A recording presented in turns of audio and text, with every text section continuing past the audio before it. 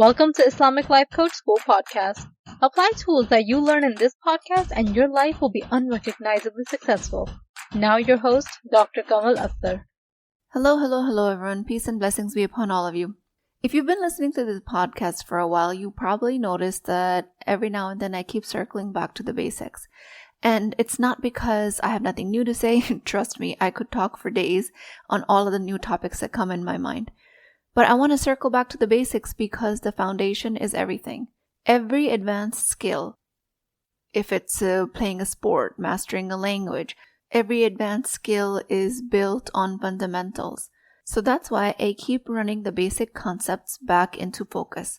And especially now, my podcast being about 200 episodes in, women are constantly joining in at different stages of their journey. And sometimes a simple reminder of the basics creates a difference between somebody feeling stuck and somebody having a light bulb moment. And if I'm completely honest, these reminders aren't just for you, they're for me as well. Because no matter how much I grow, no matter how much we grow together, we all need to return to the basics. Because it's very easy to get caught up in the ideas, complex strategies, big picture thinking, losing the trees in the forest. But at the end of the day, the simple, most foundational truths are the most powerful.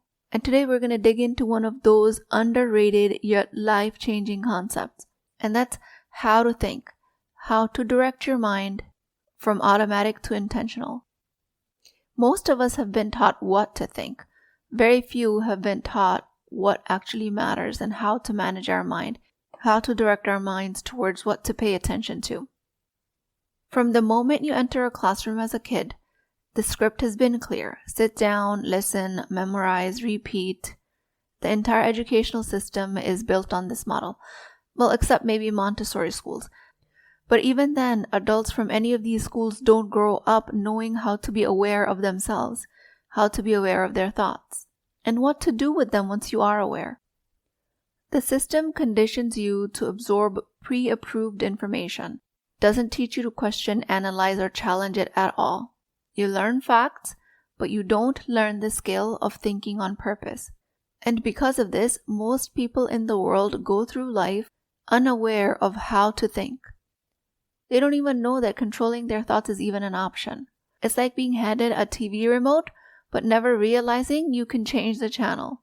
If your mind runs on autopilot, serves up thoughts that aren't necessary, thoughts that aren't true or helpful, but you're not aware how to face that force, it will be very challenging for you to live your life. So this podcast is about how to negotiate with yourself, within your mind, with your own thoughts, how to communicate with yourself, with your automatic thoughts. Do you adopt your initial thoughts at face value without seeing the inherent benefit or harm in them? Or are you slowing down to determine which one of these thoughts are you going to give more room to grow in your mind? So let's say you're taught that success requires struggle. That's a message you've gotten since your childhood. Then every time something feels easy, your brain will scream. It'll say, this isn't success. This isn't real. You must be missing something. So recently I coached a woman who faced incredible challenges as a teenager. Now as a grown woman, that instinct of survival in this hard work has completely burned her out. But her brain can't compute that she can be successful without burnout. She's learned to rely on her initial automatic thoughts that combine burnout with hard work and hard work with success so much that she never stopped to question it. And with a little bit of coaching, she realized that success can come with fun as well. So now she has a business that she loves to run and she has fun doing it and she's successful. And this is exactly what happens when you've only been trained on what to think. You live life reacting to thoughts you never chose, without questioning if they serve you or not. So in this case, I coached her on how to think about life outside of survival mode, outside of burnout. And again, now she loves running her business. The real skill here that changes everything is how to think, how to observe your thoughts, how to decide which ones you're going to engage with and which ones you're going to let go, how to consciously direct your mind towards thoughts that create confidence, success, instead of inheriting beliefs that don't serve you and thinking they're just coming automatic. And this is not a genetic skill. It's not something you're born with or without. It's something that you learn, something that you refine, something that you master. And then once you do learn that, you're no longer at the mercy of whatever thought pops up into your head, because then you gain control of it. And this is where things start to get really, really good. So there are two types of thoughts. Your brain has an open door policy. Thoughts come and go as they please. Sometimes useful, sometimes completely ridiculous. Some pop in and say, hey, let's plan for the future, while others completely neglect the future. Some remind you of the embarrassing that you did in 3rd grade, and it replays that on the loop at 2 a.m. What you need to know is not all thoughts are created equal. One out of the two types of thoughts are the initial thoughts, the ones that seem to appear out of nowhere. These thoughts are like a spam email. You didn't ask for them, they just show up. Some might be helpful, but many are not. These thoughts are intrusive, random, self-critical, and even completely irrational. But the confusing part is that they can also be helpful. But most of the time, 80 to 90% of the time, the default initial automatic thoughts are unhelpful. These are your first unrefined thoughts. Well, calling them unhelpful might be an understatement. Some of them are downright harmful. And then the mistake most women make is believing that just because these thoughts appear in your mind, they must mean something. But then enters the second layer of thoughts. And these are your thoughts about the initial thought. How you choose to engage with the first thought. And this is where your actual control lies. So think of it like scrolling on your phone. You don't control what posts appear, maybe your algorithm does, but you do control which ones you stop on and engage with. The problem is that as a woman, you don't realize that you have this choice. You assume that if it shows up on your feed, it requires for you to entertain it. It does not. That's a false promise. You can always determine a thought that popped up is irrelevant, just like you can disregard a post on your feed as irrelevant. So alhamdulillah, I recently had a chance to be on a speaker panel for a South Florida Muslim conference, and it was an amazing experience. So many of you came and asked questions, and we interacted. And alhamdulillah, I had a chance to be on the panel with Dr. Susie Ismail, which was just totally out of this world experience. So it was a sisters only session, and the title was about wellness, about inner peace, and outer success. But when I woke up the morning of that conference, do you know what the first thing my brain offered me was? Who do you think you are talking about work-life balance? What makes you in charge of inner peace? Now, if I didn't do any self-management work, I would not realize that this was an intrusive thought. I would totally fall into imposter syndrome. This is a classic definition of an initial thought. Uninvited, intrusive. It is my responsibility to give it legitimacy or to disempower it. And that's the work of mind management. That's the battle within your mind. The work of taking control of your mind does not mean that you will never have intrusive thoughts. In this case, that you will never have thoughts about imposter syndrome. It does not mean that you will never feel like a bad parent. It does not mean that you will never question your success, not question your skill. It means that you will not engage with these questions to a self-destructive extent.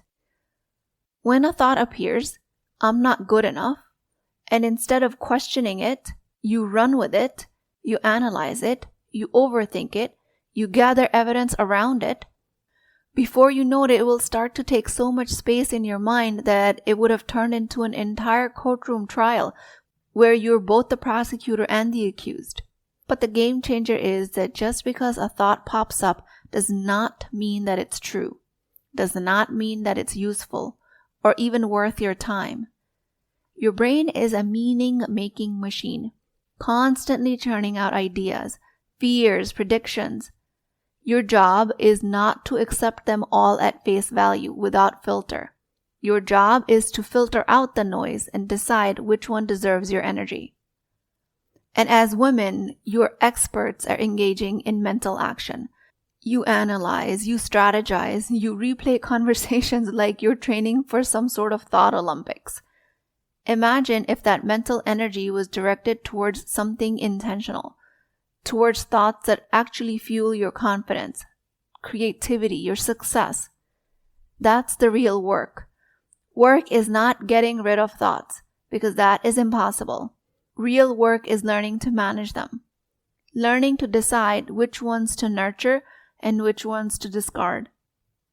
And once you master that, you stop living at the mercy of your mind and you start using it as the powerful tool it is meant to be.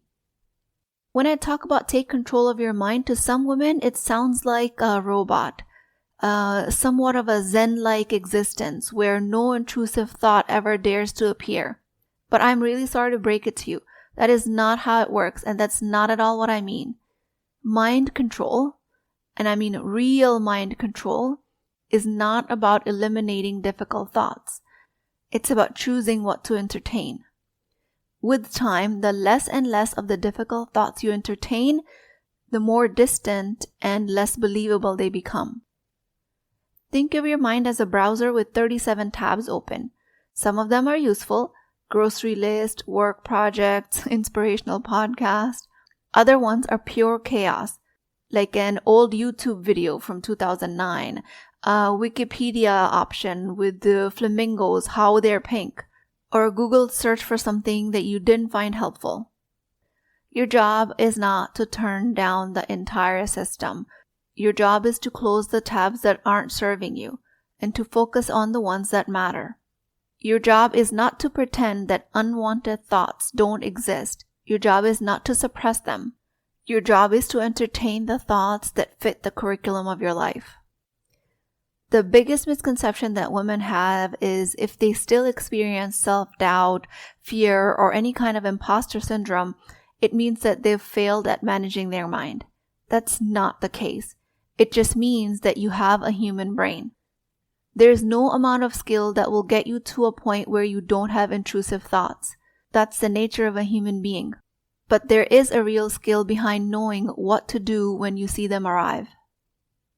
The battle of your mind does not mean that thoughts don't show up. It means you get to decide which ones of them get the seat at the decision-making table. This is what awareness is. This is how you learn how to think. Living a life of awareness means knowing the difference when you are facing an intrusive thought and when you are willingly rejecting it and when you are willfully accepting it based on its value. A lot of times you will hear to be more aware of your thoughts, to live in clarity, and then you might picture yourself living a life of hypervigilance, constant scanning, overanalyzing, second-guessing, and dissecting every passing idea like you're an over-caffeinated detective. One thing I want you to be clear on is awareness is not anxiety. Awareness is not about being on high alert 24/7, just waiting for your mind to betray you. Awareness is you stepping into a role of calm observer rather than the reactor. So with all of that, what does that actually look like in real life? Let's say you're starting a business, you wake up excited, ready to take action, but then your brain, being an ever-helpful survival machine that it is, it says, the economy is bad, nobody's spending money, this is probably going to fail. Now, if you're unaware, you will take this thought at face value. You'll accept it as if it is the ultimate truth. You'll start feeling discouraged at a consequence. You'll maybe procrastinate. And before you know it, you'll talk yourself out of even trying. But if you are aware, you'll pause. You'll recognize the thought for what it is, just one possible interpretation of your brain. The first interpretation that the brain makes on default mode, and it is not an undeniable fact. And during that pause, you'll have the option to ask yourself, does this thought help me get where I want to go? Especially in this business, in my life? If the answer is no, then you choose a different one. And maybe it'll sound something like, yes, the economy is tough, but some businesses are doing good. Some businesses are thriving. Some entrepreneurs are making a lot more money than ever. And my business can be one of them. It will be one of them, inshallah. So notice the difference. Same exact external world, completely different internal response based on what you chose to entertain. And that difference will determine if you have a successful business or not. Knowing that difference is awareness. Awareness is not micromanaging every thought. It's about filtering for usefulness. So if you have thoughts about your relationships, you have thoughts about the weather, you have thoughts about your career, about any and every circumstance that exists in the world outside of you. But then you also have thoughts about your thoughts, about how you're feeling. And this is the most under-recognized, underutilized part of your brain. You have control over the thoughts you're having about your thoughts. And that control is what defines living a conscious and aware life. And this is exactly where coaching comes in. A coach does not hand you a prepackaged answer or tell you what to believe. You've already been doing that all of your life. That will just be another version of the current educational system that you're trying to outgrow. Instead, a coach helps you watch your brain in action, like a personal trainer for your mind. And as a coach, I will start to help you notice the automatic thoughts that you're having, what thoughts are running the show, the mental habits that have been quietly dictating your life, these unconscious patterns that have been keeping you stuck. And once you see them, you gain power to change them. Your brain, being the primary point of contact with the world, it makes meanings of most of the situations around you, and it translates the world around you. And your primary responsibility as an owner of your brain is to decide which thought that popped up will be accepted. If you're going to take it at face value or if you're going to reject it.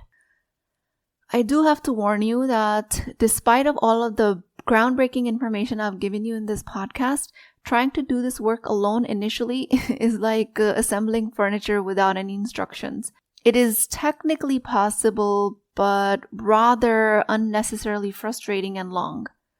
With coaching, you get real-time guidance on how to engage with your mind in a way that actually serves you, and you do it quickly. You learn how to direct your thoughts towards success and confidence, instead of constantly spiraling into self-doubt and overthinking and then having to catch yourself over and over again, just to start all over. With coaching, you become the kind of person who doesn't react to life, but designs it. So this is my invite for you to join my program, which is the Fast Track to Confidence, inshallah. We do the majority of the work within the first 3 months at Empowered Muslim Women Program. And it is for you if you're feeling stuck in your head, you're overanalyzing every decision, and you don't know how to become more aware of your thoughts. This is where we master the skill of intentional thinking, and this is where we turn the battle of your mind into a fun activity. With that, I pray to Allah subhanahu wa ta'ala. O Allah, knower of the unseen and the seen, purifier of the hearts and minds, grant me and all of us clarity in our thoughts, strength in our faith, and peace in our hearts. Ya Allah, protect us from the whispers that create doubt, fear, and hesitation. Replace them with thoughts that bring confidence and purpose and trust in you, O Allah. Guide my mind to focus on the beliefs that matter to me, that will bring me closer to you, that will bring me closer to a life of the purpose you intend for me. O Allah, make us among those who think with wisdom, act with sincerity, and trust in your perfect plan alone. Ameen Ya Rabbul Alameen. Please keep me in your du'as. I will talk to you guys next time. If you're interested in getting coached by me, I'm offering a very affordable opportunity to do that with Wisdom Wednesdays. This is not a course, not a lecture. This is an opportunity for live coaching, real change with Islamic adab and etiquette.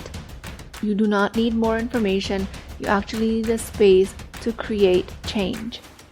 At $19.99 a month, which is the price of takeout dinner, you as a Muslim woman will create confidence, intimacy, and connection without shame or fear of judgment, because your privacy is my highest priority. So join at www.islamiclifecoachschool.com, resources, Wisdom Wednesdays. I'll see you inside, inshallah.